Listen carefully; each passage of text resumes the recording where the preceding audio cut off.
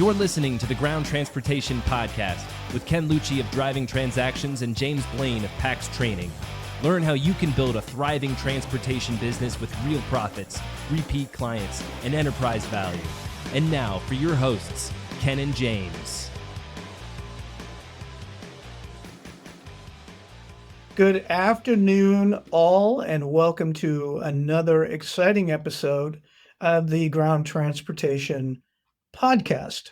Now, my name is Ken Lucci. I am the Chief Business Analyst of Driving Transactions. I'm normally accompanied by my lovely and talented co-host, Mr. James Blaine from PAX. Unfortunately, you're going to have to put up with me. This will be a monologue today. James is out training a huge group of chauffeurs hither and yon in an undisclosed location around the country. So, James, I hope you're having a fantastic day. I want you to know I miss you horribly. I'll try not to let it shake in my voice, but this is going to be an interesting and exciting monologue on one of my favorite subjects. Favorite news subjects, autonomous vehicle news. Don't shut off. This is going to be really good. Why do I keep bringing this up? My business partner says, lovely and talented Cole Weber, Chief Corporate Financial Analyst here at Driving Transaction, says I've become obsessed with AV. Well, number one, we are now on our third AV financial analysis project for three separate customers. Two of them are doing financial pro forma, P&L, financial projections on shuttle vehicles. And the third is a deployment of AV vehicles in a closed community setting. And one of the AV shuttles is for a vehicle manufacturer. The other is for a university system. And the closed community setting is actually for a developer, right? So when I see things that duplicate on our radar, they are becoming relevant. And I do that with data from operators, financial data, market data, et cetera. And in the case of autonomous vehicles, in addition to what we're seeing, they're all over the news. Tesla launched in Austin, to mix reviews, but I focus more on the financial news. So at the end, this month, we had two guidance reports on the autonomous vehicle industry. The first came out of Goldman Sachs, which we're doing a deep dive on, and the second is Morgan Stanley that I'm in the middle of. The Goldman Sachs report, I also have a report from Goldman Sachs on the China market for autonomous vehicles, which is voluminous. Second use of that word today. And that'll be something separate. But we are behind the curve on deployments compared to China because they're building them over there. But Goldman Sachs issued a report on autonomous vehicles in the US, and they address the market for robo-taxis, which is extremely interesting. Now, at present, there are 1,500 vehicles operating commercially in 5 cities in the United States, Phoenix being the biggest, Austin, LA, San Francisco, as well as, they're starting in other cities we'll talk about.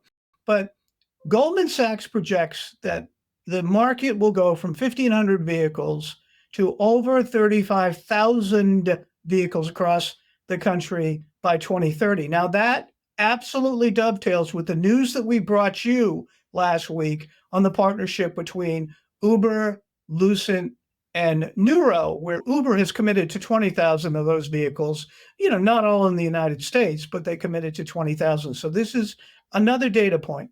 What's intriguing to me about Goldman Sachs is at that level, AVs would be producing $7 billion in annual revenue and capturing roughly 8% of the existing U.S. rideshare market. So they're saying that 8% of the U.S. rideshare market is going to shift from a driver on an UberX or driver on one of the other platforms to autonomous, okay? Right now, it's less than 1% of the AVs are from the TNC platforms. Now, let me quote. Autonomous vehicles have arrived in both rideshare and trucking, according to Goldman Sachs research analyst Mark Delaney. He writes in the report, we believe the key focus for investors is now on pace at which AVs will grow and how big the market will become rather than how its technology works. Okay. So Mark Delaney from Goldman Sachs, we are big fans here at the Ground Transportation Podcast. Our emails have gone unanswered. We understand that you're busy, but we'd love to have you come on and talk about autonomous vehicles, because after this podcast, people are going to be tired of hearing my little raspy voice. So what's the outlook for autonomous vehicles and robo-taxis? Goldman Sachs research forecasts robo-taxi rideshare market implies a compounded annual growth rate of 93% between now and 2030. Now, let's put that into perspective. If you read our Finance and Future, the chauffeur transportation industry, or attended the CDNLA Executive Summit, by the way, we're going to have a video of that coming out. You know that the chauffeur industry grows at 2.7% compounded annual growth rate. Keep in mind, we're at the beginning of the autonomous revolution. Well, what does that mean? That means by 2030, the market will be 7.7 billion in revenue, and they're projecting a 40 to 50% gross profit margin on those rides, or roughly 3.5 billion by 2030. You know, I'm Mr. Gross Profit. You know that I'm big on knowing all of the costs to turn the key and do the work.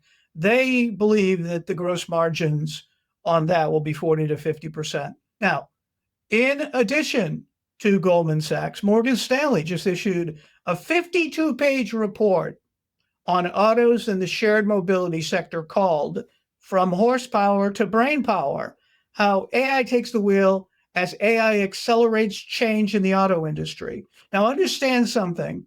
The AI and AV space in the auto industry is not just RoboCab.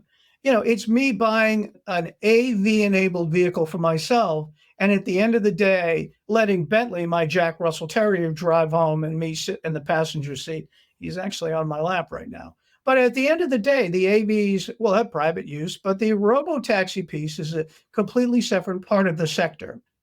Morgan Stanley believes that autonomous vehicles will be a $200 billion market in self-driving vehicles around the world by 2030. I mean, that's not insignificant, right? And they see it going up to 300 to 400 billion by 2035. So this is Adam Jonas at Morgan Stanley. He's always been kind of a bull on tech issues. A few times he's had to pull his horns in because he's gotten over his skis. But they've come out with this sort of bullish report saying, you know, adoption is going to take off for self-driving. Understand, these are big global financial powerhouses. They look at the whole market. They've identified 60 stakeholder names that you must become associated with, or you have to have them on your radar. The tech people that build the technology, the companies that are doing the robotics, the autonomous vehicles, et cetera. Good news is we're going to have a report. We're going to distill all this stuff down and put it in my sixth grade language, and we will have a report for you later on the fall, in time for the chauffeur-driven National Limousine Association show in October in Dallas, which we'll talk about a little bit later.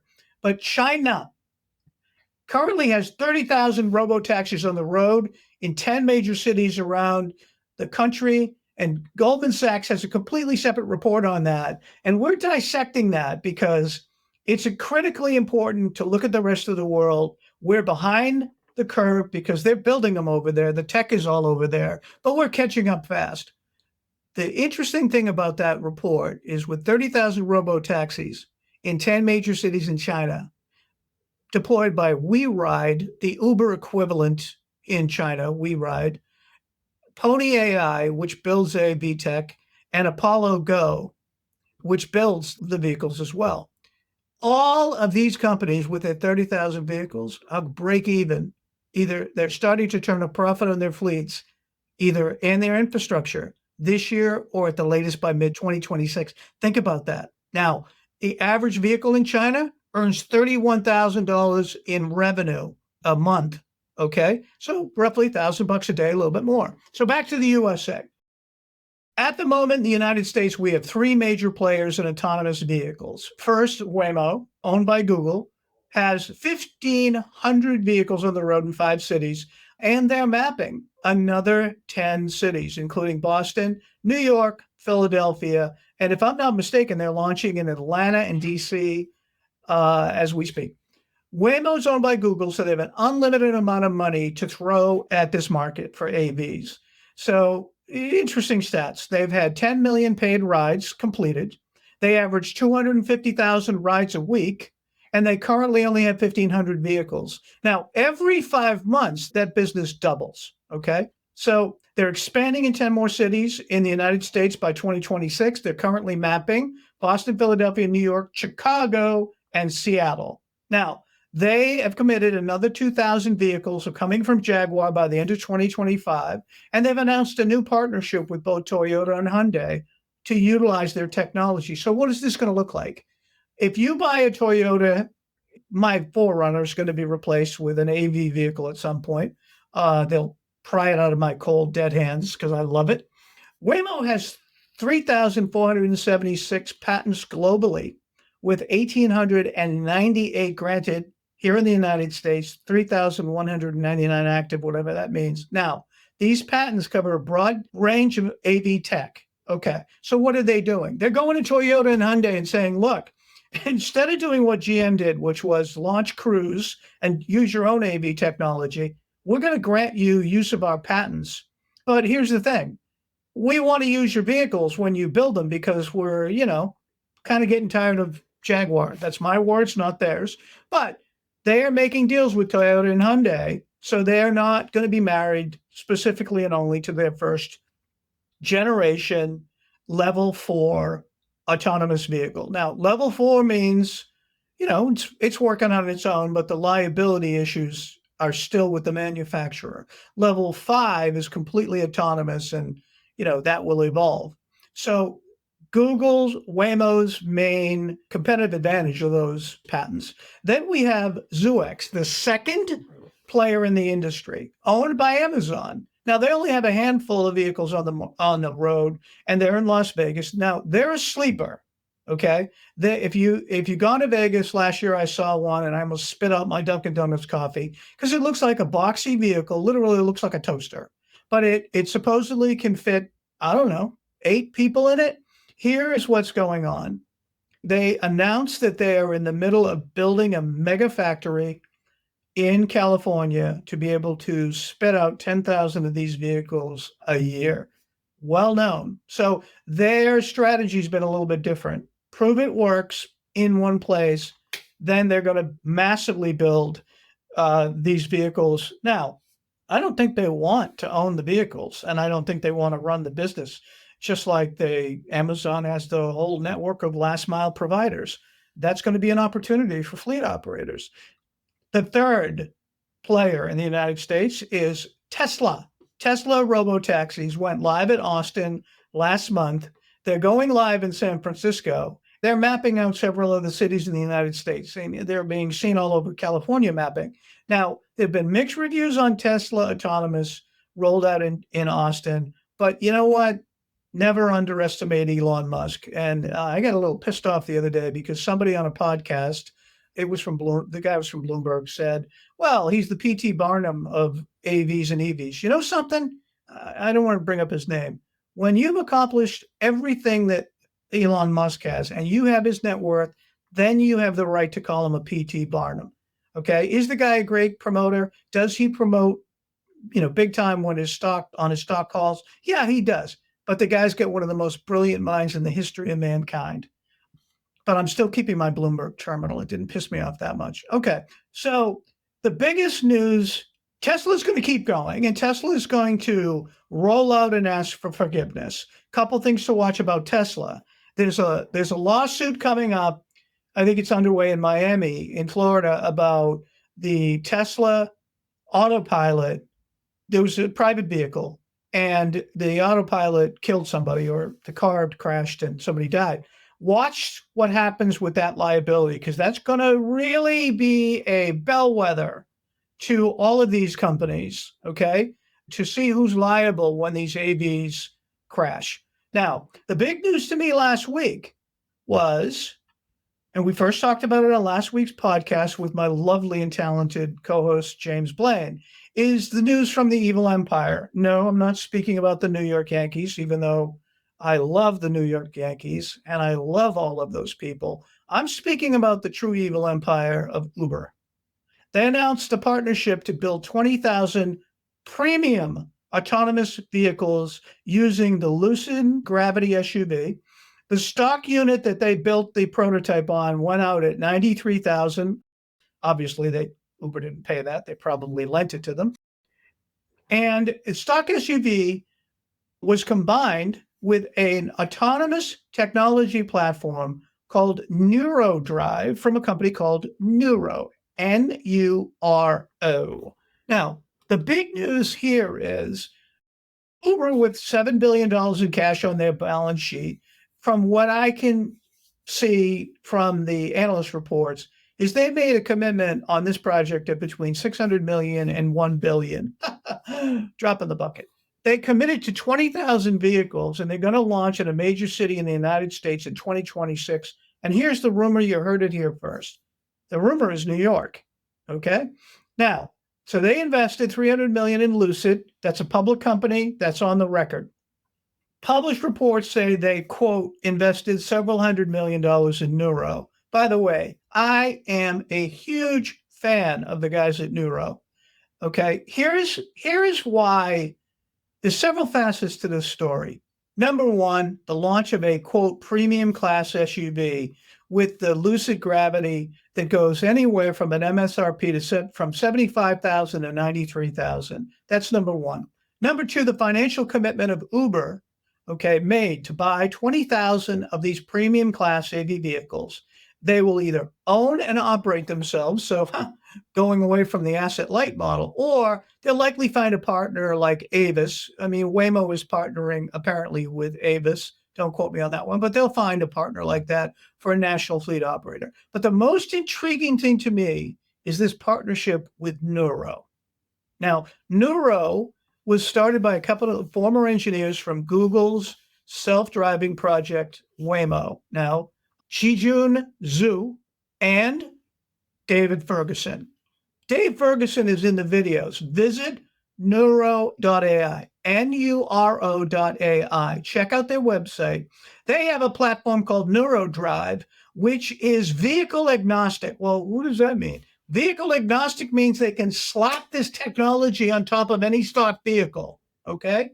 And they have this thing that looks, fiberglass, color-matched unit that sits on top of a stock vehicle to make it AV, and they integrate it. Now, in the case of the Lucid Gravity, they integrated their tech into a stock vehicle. It went from, by the way, the sticker price on that unit was 93,000 because it was premium, like through the roof. And they installed the Nuro driver technology, and they had the prototype finished and working in 5 weeks. So they take a stock SUV, they bring their Nuro drive tech, they put it on top of the vehicle, they integrate it into the vehicle systems. In 5 weeks, they have the prototype running laps in Las Vegas. Okay. Now, if you're a chauffeur operator, you're going to want to look at their website, Nuro.ai, watch their videos, and you form your own opinion. Now, the game is changing before our eyes. This partnership between Uber, Lucid, and Nuro. By the way, a shout out to Dave Ferguson from Nuro. Again, you have not answered my emails. I won't hold it against you. You're a busy guy. We would love to have you on the Ground Transportation Podcast to go techno nerd on your tech, because I'm extremely impressed with it, but I have a 5th grade education when it comes to this stuff. I cannot learn that tech. I can only study the market financially. Okay. So please, Dave Ferguson, give us a call, email us. We'd love to have you on the website. If you're a chauffeur operator and you don't visit that website, you're ostrich with the head in the sand. So to me, this is a bellwether. This is a canary in the coal mine for the chauffeur industry to understand that there's going to be an evolution here, and it's going to first disrupt and then create massive opportunities. Now, Understand what I'm saying here. This is a vehicle agnostic technology that can be put on top of any vehicle. Imagine instead of that Lucid, I'm sure it's a beautiful vehicle, but imagine if it was a Cadillac Escalade EV for the sake of argument. This is the first entry into the quote premium autonomous vehicle sector. Okay. So here and now, I want to coin a term, an industry term, and I mean it. I hope someday it'll be on my Wikipedia. It's not going to be on my gravestone, but it should be in Wikipedia that I was the guy that came up with the term autonomous livery. Okay, why? Yeah, this robo-taxi thing is almost insulting, but autonomous livery is really what it comes down to. It's autonomous livery, autonomous vehicles for commercial and commerce use in commerce. So just imagine if the next premium stock vehicle to integrate with Nuro is not that Lucid, but it's instead that new Cadillac Escalade EV. And just imagine for a second that instead of Goldman Sachs executives or their management team, if not their C-suite, their management team they buy 5 of these things and they put it in the Goldman Sachs garage in New York and say, you know what, we're going to use that to and from the airport. Now, good news is their executives are still going to use this. There's going to be a massive growth in the highest level of usage in the chauffeur space. And we can get into that later on. But there will be some leakage. Okay. Now, if you are a fleet operator and you go to one of these banking companies and say, look, I'm going to buy 5 of those for you. I'm going to lease them to you. We're going to maintain them. We're going to clean them. They're going to detail them. By the way, when they stall on the parkway or get hit, we'll go out and get them. You don't have to have a fleet manager, Goldman Sachs, Bank of America, JP Morgan, McKinsey. We'll do it for you. But we want all of your global transportation. Okay. Do you see where I'm going with this? Opportunity. You turn disruption into opportunity. Okay. It's not going to happen tomorrow. Don't get all upset. The next interesting developments on autonomous come from, of all places, Jacksonville, Florida. I mean, do we really think Jacksonville is the tech mecca of the world? I don't think so. I visited Jacksonville. First thing that is happening in Jacksonville is the Benteler Group's. Benteler is a German manufacturer of e-shuttles. You know, we may have data on that company.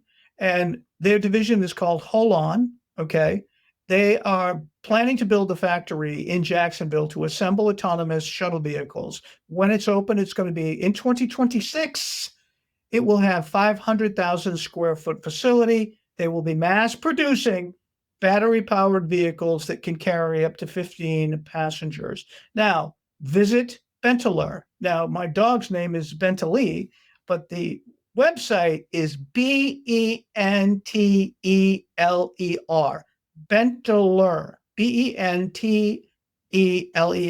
Visit the website. All you have to do is put in Jacksonville e-shuttles and it'll come up. Now, the second news out of Jacksonville, who would have thought? 2 big stories out of Jacksonville on autonomous vehicles. The second is the Jacksonville Transportation Authority is the first public transportation service that is using autonomous vehicles. They celebrated the launch of Navy, N-A-V-I, Navy, and it stands for the Neighborhood Autonomous Vehicle Innovation. And they're putting their first vehicles are already on the road. They've launched a Sprinter van with autonomous technology, autonomous driving package. I have not found out who the robotics company is yet, but it's right now traversing the streets of Jacksonville. It's what transportation officials are calling an innovative way of getting around the River City. JTA's Brooklyn AV Circulator is a self-driving electric shuttle that's offering free rides to different businesses in the Brooklyn neighborhood. What made JTA decide that self-driving cars was the way to go here in the community? So the technology is advancing in terms of mobility. We can't put 40-foot buses everywhere. Throughout the entire region in our service territory. So we see that these AVs offer an opportunity to provide some first and last mile circulator services that can get folks to their destinations and also to get them to transfer to other high capacity bus service. We went for a ride where a JTA employee who monitors the vehicle met us on board. We have Marcus here, who is the safety attendant for this self-driving shuttle. And just to be clear, you are not grabbing the steering wheel or anything like that. You are here just in case anything happens on the road. That's correct. The route has been programmed into the system, so the vehicle runs fully autonomous. So, by the way, shout out to Tom Holden, favorite DOT guy in the industry, no question, the best DOT expert in the industry. He sent me that notice, and I looked it up. But thank you, Tom, for sending that to me. Now, keeping up with the Southern theme, the University of Mississippi has an EV AV shuttle program, electric vehicle, autonomous vehicle combined shuttle program underway as well. And they're using a shuttle from a company named Beep, BEEP. I've not done a tremendous amount of research on it.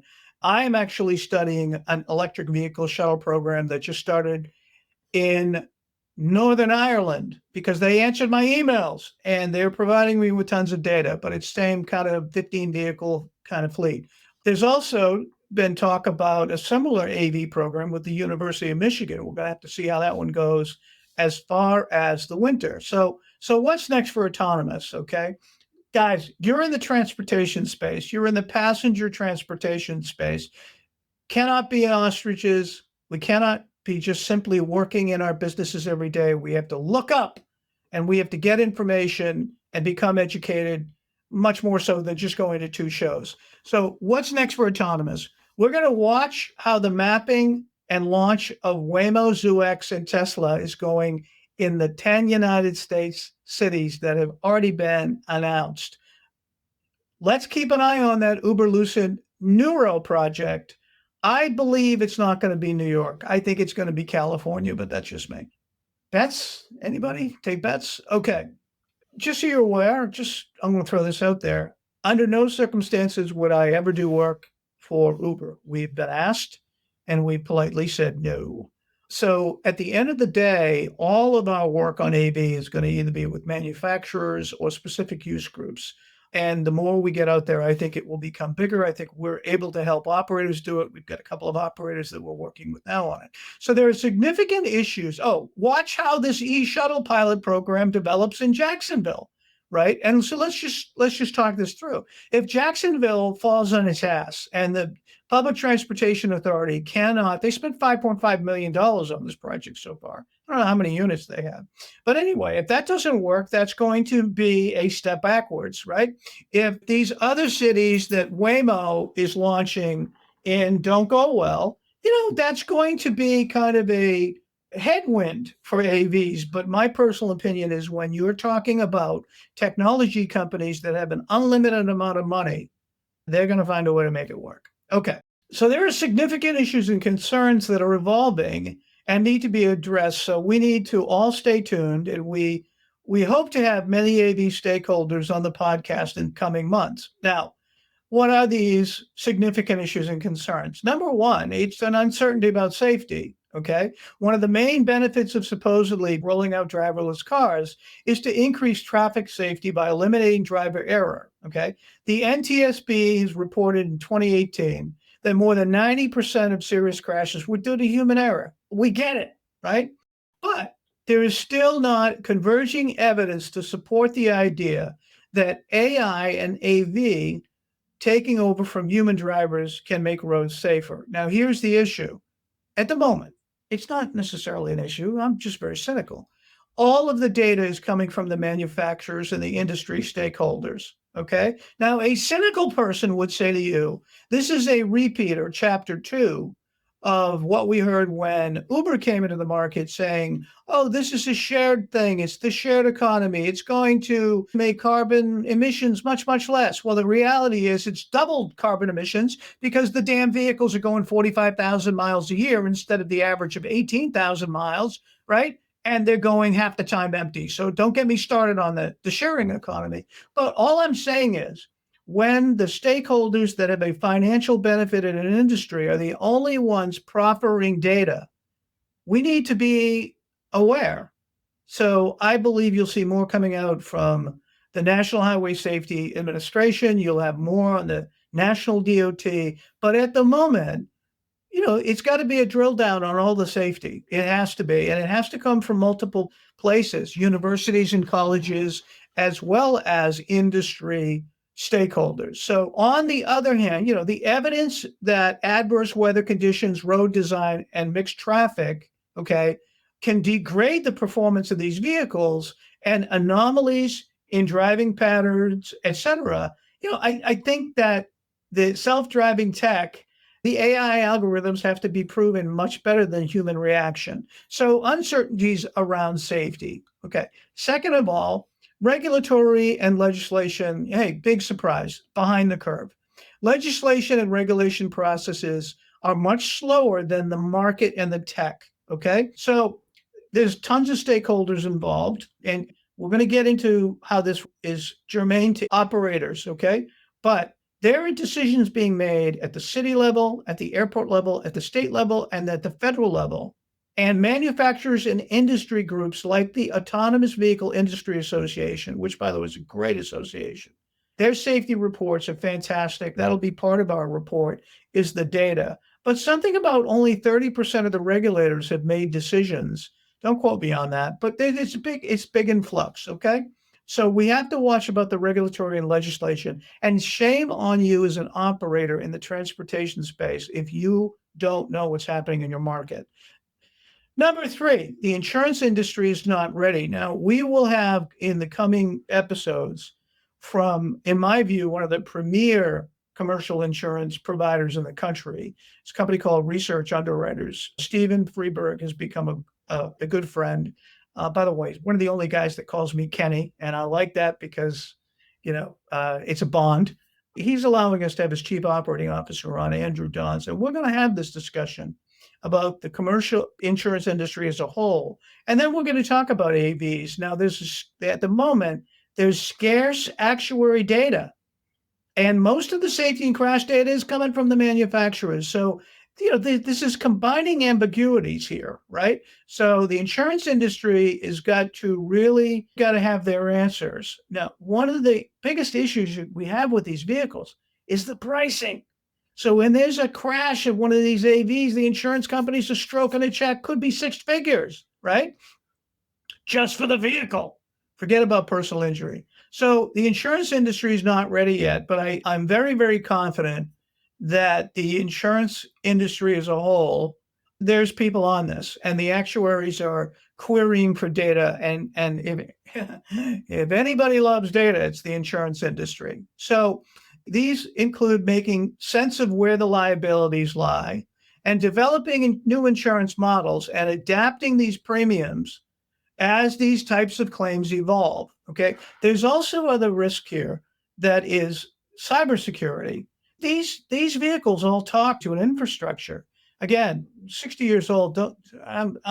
I struggle with my smartphone, but they tell me that these things are susceptible to hacking. So that entire piece of the puzzle, so that an AV is not used as a missile, right? That's got to be addressed. And, the insurance industry is going to obviously have to get on top of that. And the fourth issue that's a concern is that these are all new business models, okay? At the moment, they're coming from people that have big tech companies that have huge dollars, okay? GM is the one that started autonomous vehicles at the World Fair in 1939, if I'm not mistaken. They introduced an autonomous vehicle tech. And then in the 50s, they talked about it. And then Carnegie Mellon was involved at the university. And believe it or not, the Defense Department was involved 175 years ago. But anyway, their money is nothing compared to Google money. And Waymo, Google money is real money. And Amazon money, just think every package that you get is funding Zoox. Anyway, so the new business models are going to evolve because I don't know. I just don't. When you look at the Amazon's model, their last mile delivery is put a ton of entrepreneurs in business. I believe that when autonomous livery comes full circle, they're going to look to the largest and most successful and profitable operators in the region. And they're going to say, hey, look, we want to put Zoox, but you know what? We don't want to build a A facility, the top 20 MSAs, metropolitan statistical areas in the United States, are absolutely going to be the first ones. But they're certainly going to need operators hither and yon everywhere.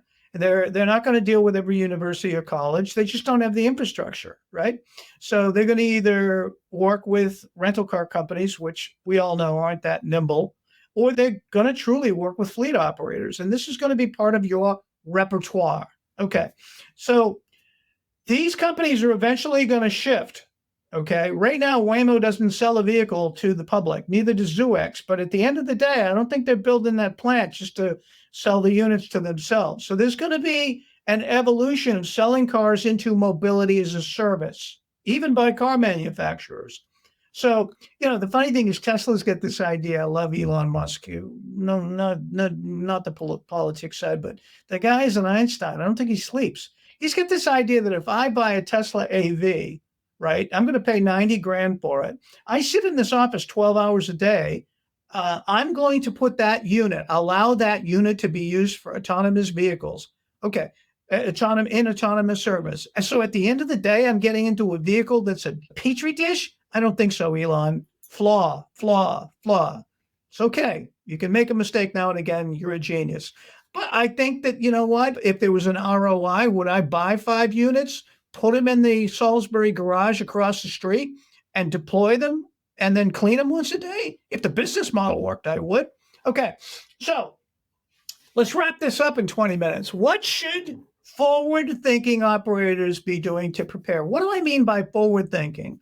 If you're stuck every day working in your business, you're not forward-thinking. If you're working on your business and you're thinking of how the business is going to look a year from now, 2 years from now, 5 years from now, because it's going to have impact on the value of your business, then that's forward-thinking. You're working on your business. I'm not saying 60 hours a week obsession on autonomous vehicles, which apparently has been me over the past few weeks.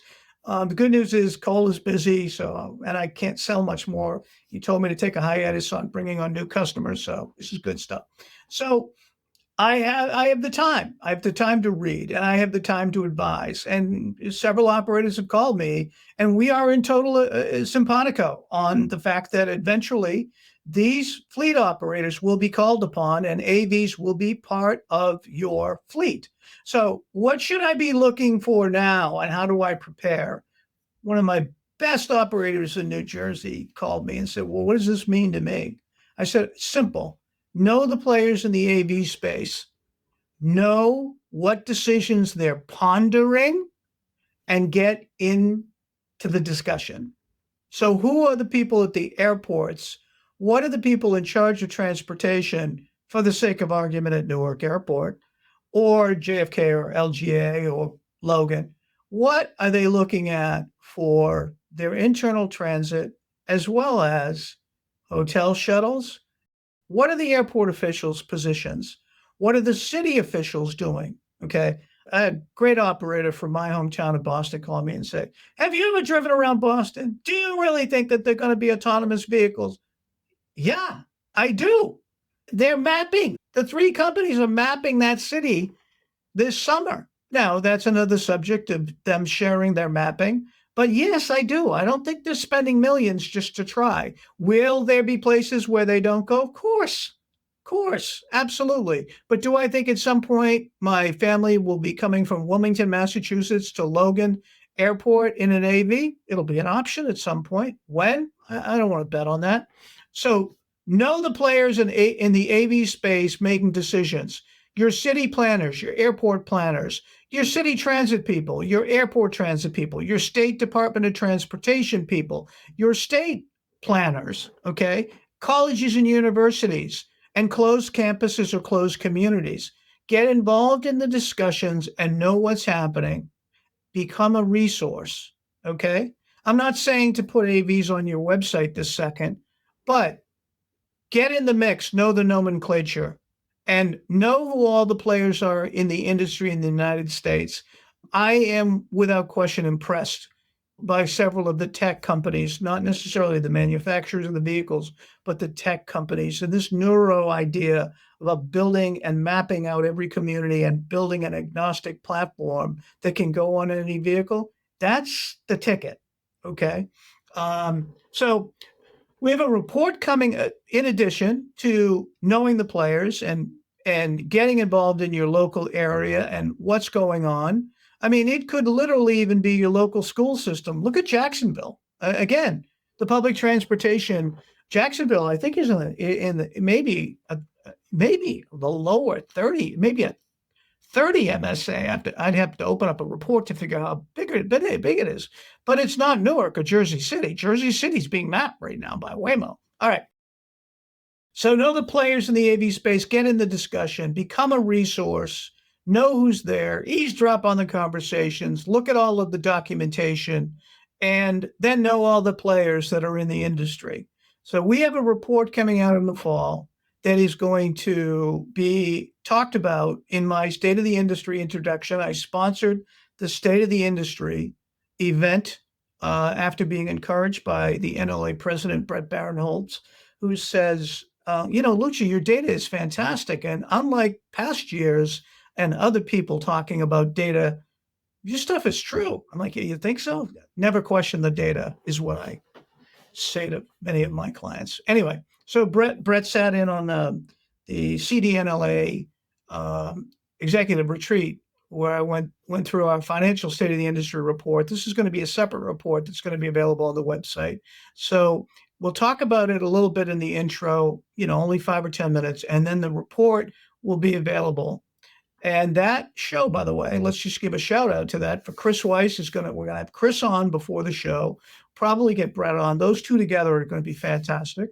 It's October 25th through 28th. It's the Gaylord in Texas. It's in Dallas.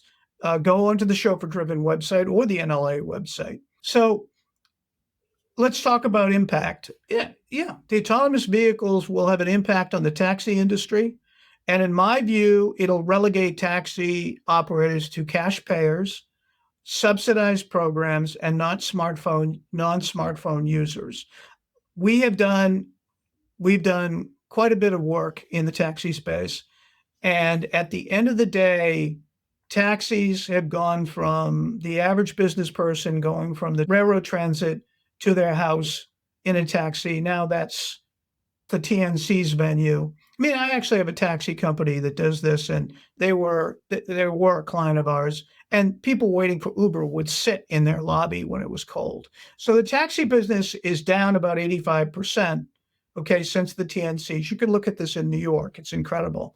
And this is going to be the death knell. Now, I urge every taxi operator to get in the middle of this and to pray that they can do the autonomous vehicle thing. And it's a simple ROI calculation. Once you know the data, you see how much the vehicle costs, how long it's going to last, what the repair and maintenance is going to be, what the fuel is going to be. If it's an EV, you're already saving money. And guess what? Don't have to deal with the taxi driver. There's still going to be opportunities, tremendous opportunities in taxi in the non-emergency space. Okay. Autonomous vehicles will soon be an option on all of the TNC apps. And it is going to displace drivers, okay, on the TNC platforms, but it's going to be an option, okay? So someone who's I'm a great fan of this person. He's an operator out in Phoenix, very large operator. And I said to him, "This affecting you?" And he said, yes, the Waymos are affecting the business, I believe. But I'll tell you what, Ken, I'll put my kids inside a Waymo before I'll put them inside an Uber any day. This gentleman is quite the family man. So autonomous vehicles will soon be an option on the TNC apps. You're already seeing the investments that Uber is making. Uber has also made a deal to be on the Waymo platform, et cetera, et cetera. In the chauffeur sector, the larger, evolved, astute, and profitable operators will benefit overall from eventually adding autonomous vehicles to their fleet in specific segments first. So my advice to every serious operator is to prepare by first getting involved in the discussion and learning and listening. I, as an entrepreneur, have always been criticized for not being a good listener. But I think entrepreneurs control their own destiny, and many of us love the sound of our own voice. We even start podcasts. But I think it's get involved. If I'm an operator in New York, I am watching what's going on, and I'm in the discussion, not as a naysayer. You can't stop this. Stop. You're not gonna stop it. And as AI evolves, look at this storm. You have unbelievable amounts of tech money. You have the AI revolution, and you have the change in the automobile industry from combustion to EV, other alternative fuels. So get involved in the discussion, learning, and listening.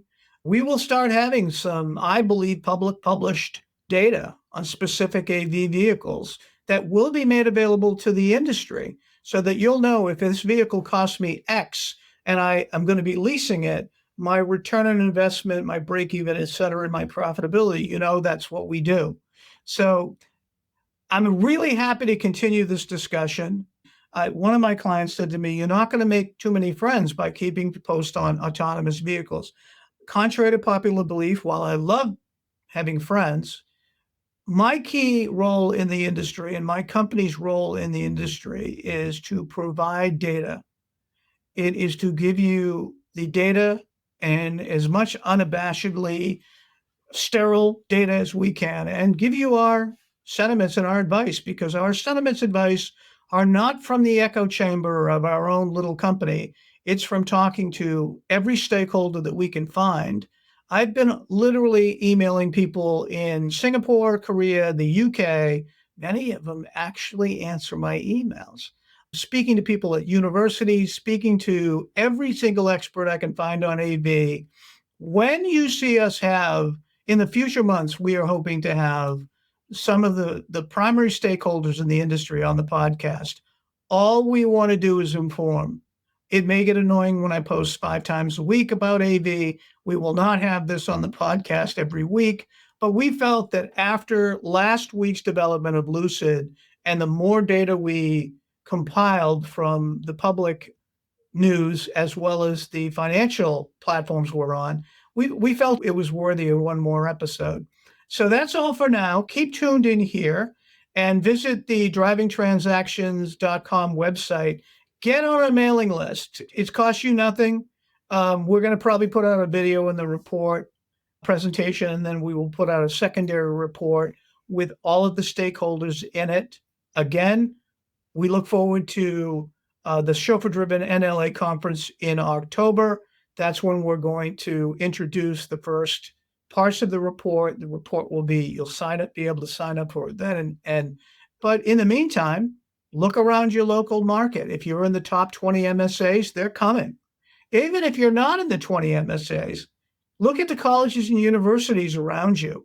And at the end of the day, this technology is going to provide great opportunities to the operators who are forward-thinking, prepared, and profitable, because they're going to take capital.